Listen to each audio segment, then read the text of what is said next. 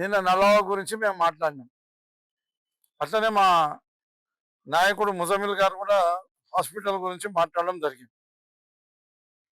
అబ్బో, ఇక్కడ కేజీ చీరలు కొంటే అర కేజీ చీరలు ఫ్రీ అంట. మంగళ్య షాపింగ్ మాల్, కేజీల్లో సేల్, టన్నుల్లో ఆనందం. అయితే ఈ సంజయ్ రెడ్డి గారికి పచ్చి అబద్ధాలే వస్తాయి. ఆయన నోటి నుంచి ఎప్పుడు కూడా నిజం రాదు. ఆయన ఏం మాట్లాడుతుంటే కిష్టారెడ్డి గతంలో ఎమ్మెల్యే ఉన్నప్పుడు కల్లేరు వరకు నీళ్ళు పోయినాయి, ఇప్పుడు నేను ఎమ్మెల్యే అయినాకనే కల్లేరు వరకు నీళ్ళు పోయినాయి అని మాట్లాడుతాను. కానీ వాస్తవానికి ఈయన ఎమ్మెల్యే అయిన తర్వాత ఈయన దుర్మార్గం చేష్టలు చేయబట్టే నల్లవాగు ప్రాజెక్టులో నీళ్లు ఉండగా కూడా జొన్నలు ఎండిపోతుంటే నీళ్ళు ఇవ్వకుండా రైతుల పంటలు ఎండబెట్టిన ఘనత ఈయనకు సంజయ్ రెడ్డికి దక్కింది. అదే మాదిరిగా క్రాప్కు వాటర్ రిలీజ్ చేసే పద్ధతి అధికారులకు కానీ ఈయనకు కానీ అవగాహన లేకపోవడం మూలంగా ఎంతో మంది పంటలు వీళ్ళు రిలీజ్ చేసినప్పుడు నీళ్లు సరిగా అందక పంటలు ఎండిపోవడం కూడా జరిగిందని చెప్పి తెలియజేస్తున్నారు. ఇంకో మా మీద ఒక ఆరోపణ చేసిండు. ఈ పనికి మాలిన ఆరోపణ, సిగ్గుమాలిన ఏమనంటే ముందుగా పొలం బారినాకనే కిందికి నీళ్ళు పోతాయట. నాకంటే మీదికి 4-5 గ్రామాలు ఉన్నాయి. సుల్తానాబాద్ ఉంది, గోసాయిపల్లి ఉంది, పోచాపూర్ ఉంది, బీబీపేట ఉంది. ఇవన్నీ గ్రామాలు వారిన తర్వాత మా ఖానాపూర్కి వస్తాయి నీళ్ళు. ఖానాపూర్ వారినాకనే ఇంకా కిందికి కాలువలు పోతాయి. అయితే నాకున్న పొలాలకు నాకు కాలువ నీళ్ళతోనే సంబంధం లేకుండా నా దగ్గర బోర్లు ఉన్నాయి. నా బోర్లతోనే నేను వారబెట్టుకుంటా. ఈ నీళ్లు రాకముందే నా బోర్లతో నేను నాట్లు వేసుకోవడం కూడా జరిగిపోయింది. ఇటువంటి అసత్య ఆరోపణలు, పిచ్చి పిచ్చి ఆరోపణలు చేసి ఆయనకున్న విలువ పూర్తి పొడగొట్టుకోవద్దని చెప్పేసి ఆయనకు నేను మరొకసారి విజ్ఞప్తి చేస్తున్నా. నల్లవాగుల నీళ్లు ఉన్నాను కూడా గతంలో మేము బుష్ కట్టింగ్ చేయలేదు, కాలువలో సెల్ తీయలేదని చెప్పేసి ఈయన మాట్లాడేది పచ్చి అబద్ధం. ప్రతి సంవత్సరం వీళ్ళు చేయలేరు. పోయినసారి వీళ్ళు మొన్న ఖరీఫ్లో చేసినట్టు నటించారు, రబీలో చేసినట్టు నటించారు, కానీ ఏమీ చేయలేదు. నీళ్లు సరిగా పోలేదు, రైతుల పంటలకు నీళ్ళు రాలేదు, పంటలు కూడా ఎండిపోయినాయి. ఇది వీళ్ళు చేసిన ఘనత. నేను ఎమ్మెల్యేగా ఉన్న కాలంలో వర్షాకాలంలో జేసీబీలు పెట్టి ఈడికెళ్ళి కల్లేరు దాకా అటు లెఫ్ట్ కెనాల్కు తిమ్మనార్ దాకా జేసీబీలు పెట్టేసి నేను కాలువలకు దించి మొత్తం పూడిక తీసి నీళ్లు టైల్ ఎండింగ్ వరకు అందించిన ఘనత. అది 1 సంవత్సరం కాదు, కంటిన్యూస్గా 5 సంవత్సరాలు 2 పంటలు పండించిన ఘనత నాకే దక్కిందని చెప్పేసి ఈ ప్రాజెక్టు చరిత్రలోనే ఎమ్మెల్యేగా కిష్టారెడ్డి 17 సంవత్సరాలు ఉన్నాడు, సంజయ్ రెడ్డి 3 సంవత్సరాలు ఉన్నాడు. వాళ్ళు ఎప్పుడూ అందియలేదు. కేవలం నేను మాత్రమే కష్టపడి 5 సంవత్సరాలు నేను కంటిన్యూస్గా 2 పంటలకు కల్లేరు వరకు టైల్ ఎండింగ్ వరకు నీళ్లు అందించిన ఘనత. ఏ చెరువులకి వెళ్ళి ఏ కుంటలకి వెళ్ళి కూడా నీళ్లు బొంగలు పడిపోతే ఒక్కదాన్ని కూడా రిపేర్ చేయలేదు.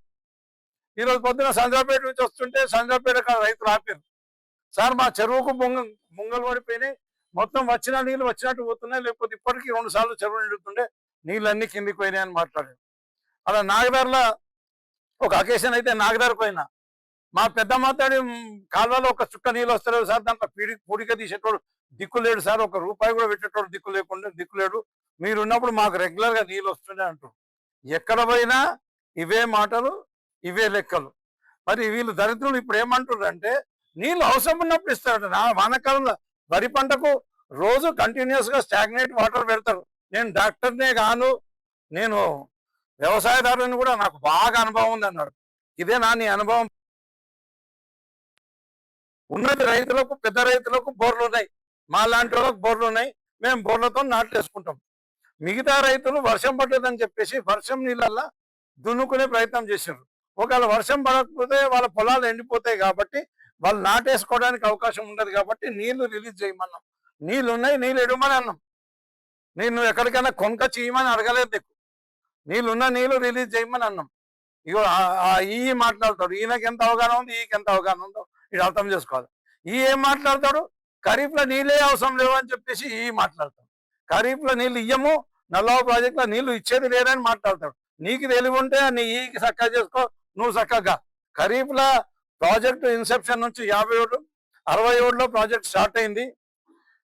67 నుంచి ఇప్పటి వరకు ఖరీఫ్ పంట పండించిన తర్వాత యాసంగిల మిగిలితే నీళ్ళు మిగిలితే తైబందీ చేసి యాసంగిల ఇన్ని ఎకరాలకు అని చెప్పేసి తైబందీ చేసి ఇస్తాం మనం రెగ్యులర్ ఇచ్చే పద్ధతి అది. మీ నాయనకు కూడా జర అర్థమవుతుండే కానీ నువ్వు ఇంకా పూర్తిగా పిచ్చోని కంటే అభిమానం తయారైపోయినావు. నీకు ఏమీ అర్థం కాదు. ఎవడేది చెప్తా దీన్ని ఏది పడితే అది మాట్లాడి ఉన్న మూతి పనులను రాలగొట్టుకున్నాడు చిగురత్తి. సందర్భాలు అట్లున్నది, ఇది ఇట్లున్నది కారణం. ఇక ₹1,00,00,000 కాంగ్రెస్ బీఆర్ఎస్ ప్రభుత్వం అధికారంలో ఉన్నప్పుడు ₹1,00,00,000 కాజేసింది అని చెప్పేసి ఒక మాట మాట్లాడా.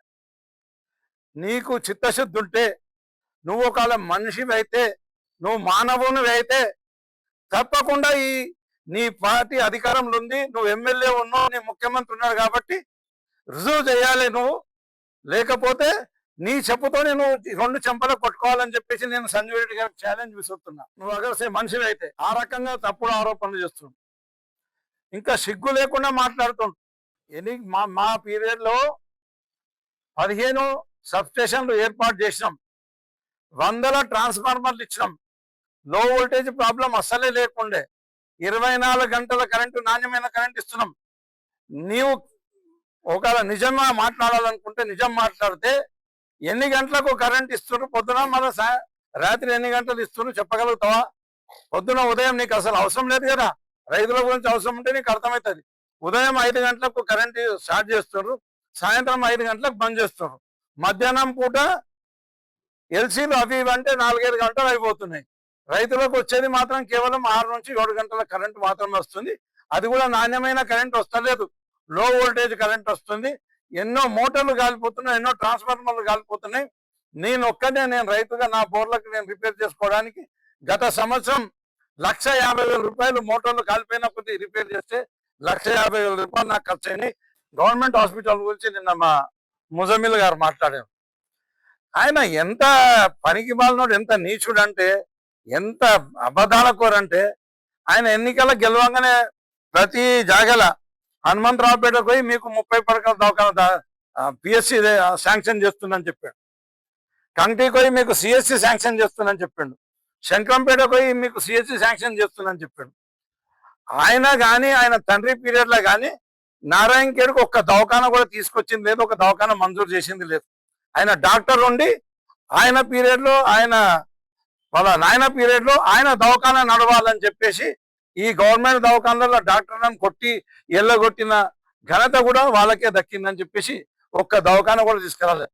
నేను ఎమ్మెల్యేగా గెలిచిన తర్వాత మరి పేద ప్రజలు చూపెట్టుకునేది గవర్నమెంట్ హాస్పిటల్లో కాబట్టి గవర్నమెంట్ హాస్పిటల్ అన్ని ఇంప్రూవ్ చేయాలని చెప్పేసి నారాయణ ఖేడ్ హాస్పిటల్లో 50 పడకల దవాఖాన మంజూరు చేసినాం. మాతా శిశు దవాఖాన అందులో ఈరోజు మాతను చూసే డాక్టర్ లేడు, శిశువుని చూసే డాక్టర్ లేడు.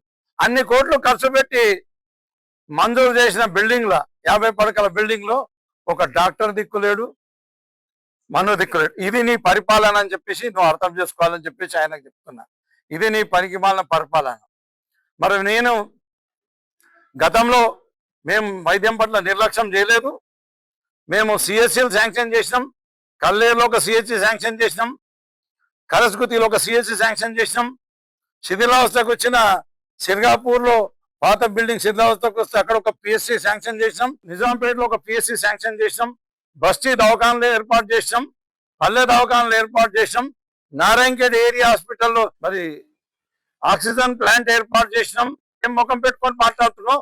నీకు ముఖం ఉంటే జర ముఖం మీదికి పెట్టి నేను ఇవి చేసినా అని చెప్పు, జర దయచేసి చేసినా అని చెప్పు, ఒకటి కాపీసు పెట్టు. నువ్వేం చేసినావు ఈ 2.5 సంవత్సరాలు 3 సంవత్సరాలు అవుతుంది దగ్గర నువ్వు ఏం చేసినావో చూపెట్టాలని చెప్పేసి మా ముజమిల్ గారు మాట్లాడిన మాటలు కరెక్ట్.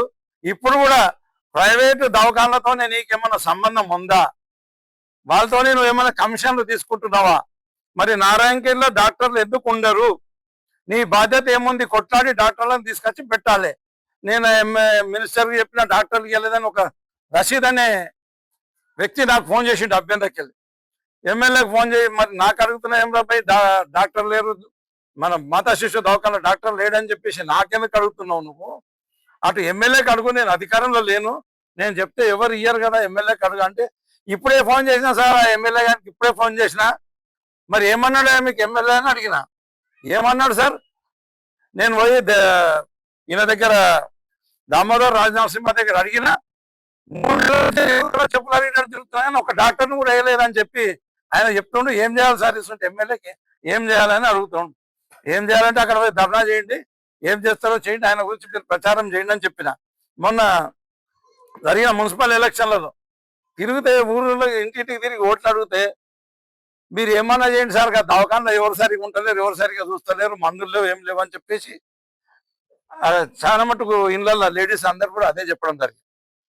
అంతెందుకు నేను సిర్గాపూర్లో మొన్న ఏదో కార్యంలో ఇటు సిర్గాపూర్ అవతల సర్పంచ్ తాండాకి వెళ్ళి సిర్గాపూర్ మీదకెళ్ళి వస్తున్నా.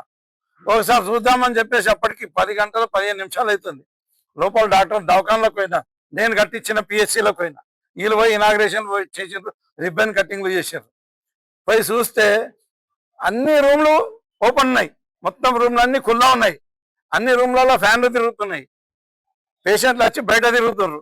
ఏమైంది ఇరవై ఏమైంది మరి ఎవరు లేరు ఏం సంగతి అంటే, రోజుకి ఇట్లానే ఉంటుంది సార్, మేము రోజు తిరుగుతున్నాం పోతున్నాం, మాకు మందులు దిక్కులేవు, మందు దిక్కులేవు, తిరగబట్టి 2 నెలలు ఇక ఒకళ్ళంటారు ఏం చేయాలి సార్, ఇక తిరుగుతా ఉన్నాం అని చెప్పేసి పేషెంట్లు చెప్పడం జరిగింది. ఈ రకమైన పరిపాలన నీది ఉన్నది కాబట్టి నీ పరిపాలన సరిదిద్దుకో దయచేసి. పుట్టి అనవసరంగా ఇతరుల మీద దుమ్మెత్తి పోస్తే మేము మంచిగా చేసినా మీరు చెప్పే అబద్ధాలు నమ్మి మీకు ప్రజలు ఓటేసారు. నేను డాక్టర్నున్నా చదువుకున్నా ఏదో ఉద్ధరిస్తా అని నా మీద నేను చదువుకోలేదని చెప్పేసి దుష్ప్రచారం చేసి ఇంకా మేము ఇది ఇస్తాం అది ఇస్తాం అని చెప్పేసి బాండ్ పేపర్లు రాసి ప్రజలని మోసగించి అధికారంలోకి వచ్చినావు. ఇప్పుడు నువ్వు ఇచ్చిన మాటలన్నీ నిలబెట్టుకోవాలి, లేకపోతే మెడల్ వంచి సక్కగా చేస్తామని చెప్పేసి ఇట్లాంటి కార్యక్రమాలు చేసి ఇంకా ప్రజలను చైతన్యవంతం చేసి మిమ్మల్ని శిక్షింపజేస్తామని చెప్పేసి మళ్ళా వచ్చే ఎన్నికల్లో నీకు ఇంతకుముందు 2 సార్లు కూడా సస్తు డిపాజిట్ దక్కింది, మళ్ళీ నీది అదే పరిస్థితి కాకపోతా అని చెప్పేసి నేను సంజయ్ రెడ్డి గారికి హెచ్చరిస్తున్నాను.